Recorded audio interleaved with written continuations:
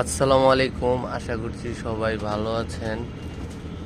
আজকে নরকবুতরগুলোকে ছাড়লাম, মানে আমি সকালবেলা নরগুলোকে ছাড়ি আর দুপুরের পরে মাদিগুলোকে ছাড়ি।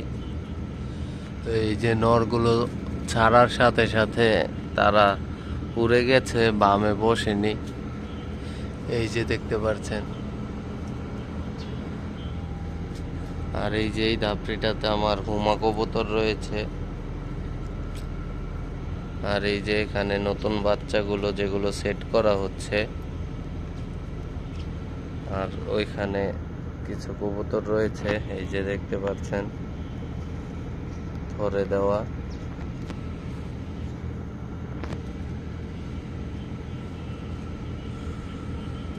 ভাদ্র মাস শেষ হয়ে গেছে,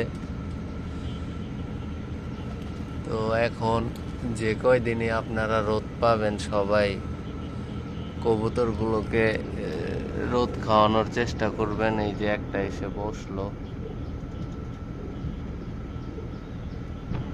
এই যে দেখেন এই কবুতরটা হাট থেকে মাত্র 150 টাকা দিয়ে কিনেছিলাম।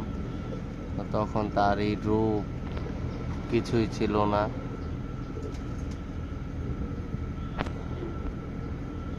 আসলে আপনি যদি কবুতর চিনতে পারেন তাহলে আপনি নিজেই রেজাল্ট তৈরি করতে পারবেন। তো হাট থেকে কেনা কবুতর রেজাল্ট করে। তো আপনি একজনের বাড়ি থেকে কবুতর কিনে এনে রেজাল্ট করবেন, আরেকজনের কবুতরের সেটা আপনার দিয়ে করা হলো। আর আপনি নিজে যদি হাট থেকে কিনে রেজাল্ট করেন তখন সেটা আপনার নিজের অ্যাচিভমেন্ট। কারণ আপনি হাট থেকে কবুতর কিনে এনে যাচাই বাছাই করে ওই কবুতর আপনি পাল্লা দিয়ে আপনি যে কবুতরগুলো আপনার পাল্লায় টিকবে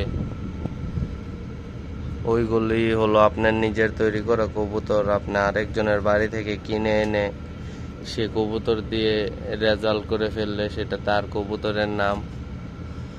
আর আপনি নিজে কিছু করার চেষ্টা করলে, আপনি হাট থেকে কবুতর কিনে এনে নিজে যদি চেষ্টা করেন তাহলে সেটা আপনার নিজের প্রাপ্য, নিজের পরিশ্রম, নিজের রেজাল্ট। তো আপনারা চেষ্টা করবেন নিজে কিছু করার, নিজে চিনে জেনে কবুতর কেনার।